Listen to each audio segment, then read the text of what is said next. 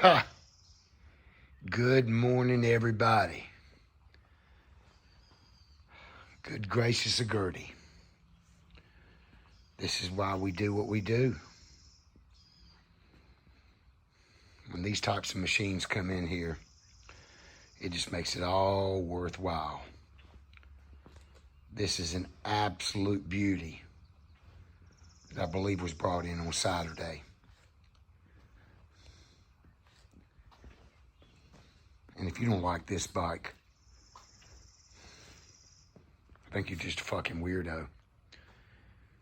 I mean, so much history. Just absolutely gorgeous. The saddlebags look damn wonderful. Seat's been recovered, but man, is she perfect. I mean, there's just so much to learn about this bike that, people just don't get, where the modern bikes came from and what they started off as and how hard they were to ride. I mean, it's, not only is there a recipe for starting this damn thing, but if you're not coordinated, you're going to wreck this bike. She is absolutely gorgeous. So this bike was started manufactured right around World War II. So it's a 1942 Harley WLA. WLA. And so the W just meant that was the family of Harleys, or the family of bikes. The L actually meant high compression, but I don't get that when it only had 5-to-1. But then the A was for Army. They say this is the bike that won the war. There was a WL, which was called a WLC, that was actually manufactured in Canada. And instead of running on oil, that ran on maple syrup. Ha, ha, ha. But it's a 45 cubic inch flathead motor. This thing was built for reliability. I mean, that's exactly what the Army had in mind when they built this bike, that it would be reliable. The bike's pretty slow. It uses a lot of oil, only 5-to-1 compression. The top speed was maybe 65 miles an hour.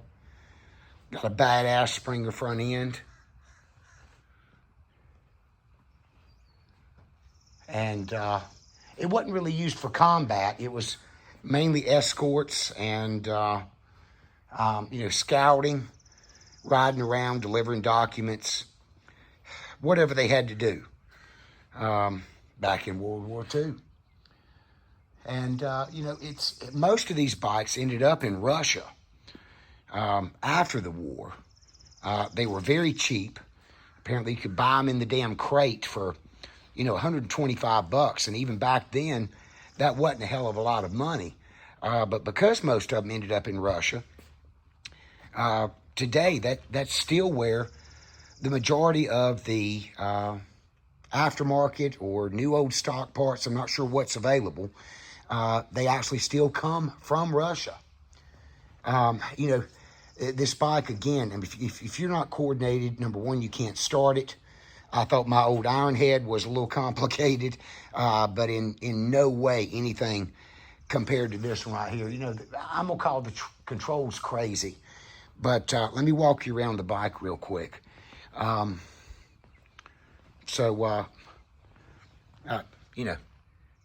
Rear brakes on the right, so that's pretty much standard. Throttles on the right, that's pretty much standard. But I don't know whether these things were made to idle or not on their own, but that throttle does not have a return spring. It basically either cruise control or death trap, whatever you want to call it. Then you got the suicide shift right there. So I've never ridden one of these bikes, and I would love to. But along with that suicide shift, you got the foot clutch. And so there's really no return. It's basically you press down to the front to engage, and then press down with your heel on the back to disengage. And then the grip on the left-hand side is actually the timing advance that you've got to use in the starting procedure as well. The tank, and I know there's a number of bikes out there, whether it's the shovel heads or the pan heads or whatever else it is. But anyway, gas on the left, oil on the right.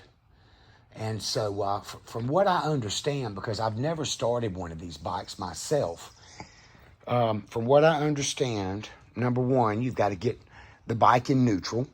So again, you'd engage that foot clutch and use that suicide shift to get it in neutral. Then you're going to turn the fuel on. Then you're going to turn the choke on. And then on your throttle on the right-hand side, you're going to crack that baby about a quarter of a turn. They're saying kick it 3 times. Whether that number means anything or not, I don't know. But apparently it gets that fuel where it needs to be. And then you're going to go half choke and then half throttle. Then you're going to turn on the ignition. And look, I want you to see the dash on this baby. Watch these fucking lights, man. I mean, this, golly. Oh, my God, I just love this damn thing. Oh, my Jesus. Look at that. Just because the lights turn on, I am one excited person. Oh, my God, I love it. And then when you go 2, they dim down just a little bit.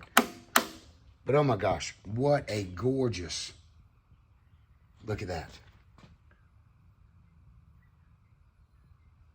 I mean, I'm not sure if this is a survivor or she has been restored. But whoever did it did a damn very good job. Just an absolute gorgeous motorcycle. But anyway, after you turn on the ignition, then you're going to turn the choke off and you're going to kick her. And again, apparently these are considered the most reliable Harleys that were ever made. I want to say that these guys, they started manufacturing the flatheads in 1937. But believe it or not, this motor stayed in production until the early 70s. Because the Cervicars had these motors in there. I don't know if I said or not, but it's only got about 25 horsepower. The other thing is the whole green motorcycle, bad luck. Everybody's heard that has been involved in motorcycles. And apparently there, I forgot all about this. Apparently you've got to turn the generator on after you get this baby started to charge that big ass 6-volt battery in there.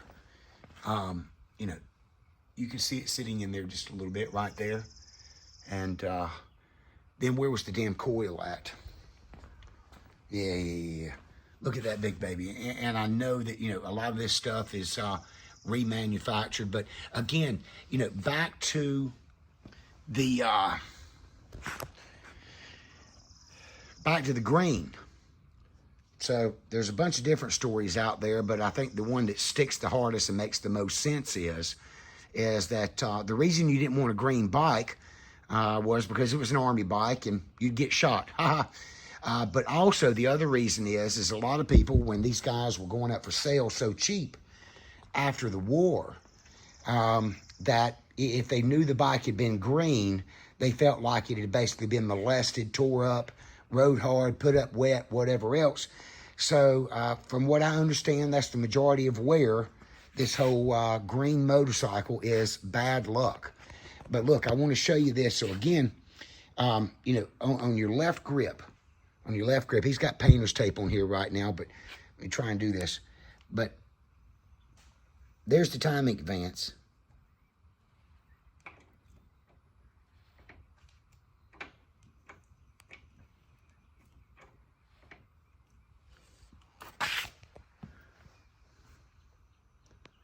Just an absolute gorgeous motorcycle. Of course, it's a hardtail. I think they call that a pogo seat, but it's got a spring in there, so that's your suspension. Just everything about this, and you know, you're trying to figure out exactly what all of these brackets and attachments were for, and so you know, like it's like right here, that guy right there, that appears to be some type of light that only shines down, and I'm assuming that's so that you can see what's inside your box there. You know, and then this bracket over here, that looks like no telling what it would hold. You know, hey, maybe a damn machine gun. I don't know. But again, these guys were not used for combat. Basically just, I guess, tooling around and delivering documents. And, you know, you can just imagine the stories this beautiful piece of machinery could tell if it could talk. And I'm so happy that it actually came in here running. She needs some love, don't get me wrong. And, you know, we're just honored when one comes in like this, that, you know, we're able to put our hands on it. We're able to learn about the specific motorcycle and just see how the engineering was and what's different now, what's not different now, what has changed. And, you know, still, I mean, you know, we've got so much farther to go on engineering and technological advances, but, you know, silly things like damn handlebars have not changed. But, oh my good Jesus. I mean, it's just everything about this bike I love. And it's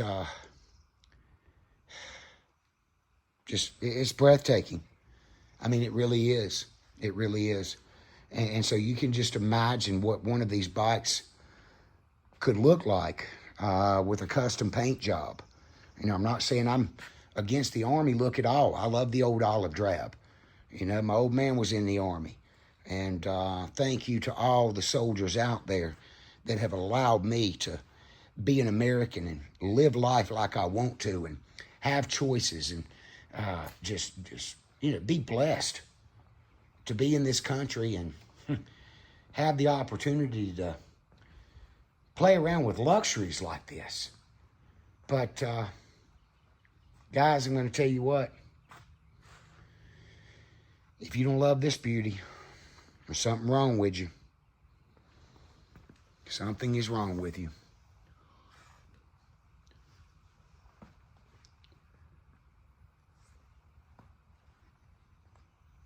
I'm guessing that's the toolkit in there. Oh my God, I want to know. I want to know. I guess you got to use a key. Everything about it. Just gorgeous. I mean, the way the back lights look, I don't know if you can see that or not. I think it's a little bit dark on the backhand side, but just gorgeous. Just gorgeous.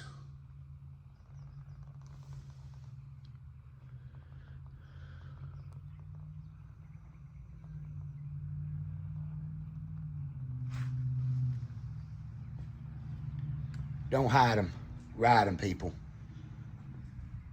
There's nothing more than I can't stand is seeing something as beautiful as this stuck up on a damn shelf somewhere, not preserved correctly.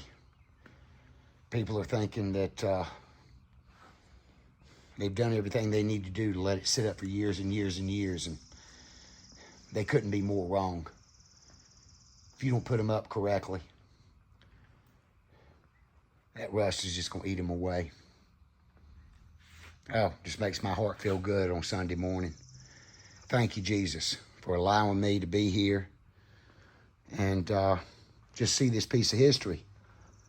And I love that it's in the shop. Like I said, she needs just a little bit of love. I think she's puffing a little bit more smoke and the owner wants her to. But I'm ready to shake this guy's hand. I hadn't met him yet. But again, guys, 1942. And look, I'm not sure about the years, but apparently every one was stamped 1942. I don't think that the chassis, the frame, whatever you want to call it, itself was stamped. It was based on the motor. But again, a 1942 Harley WLA, the bike that won the war. Arguably the most reliable motorcycle ever built in that time period and for many years after. Oh my gosh. Badass.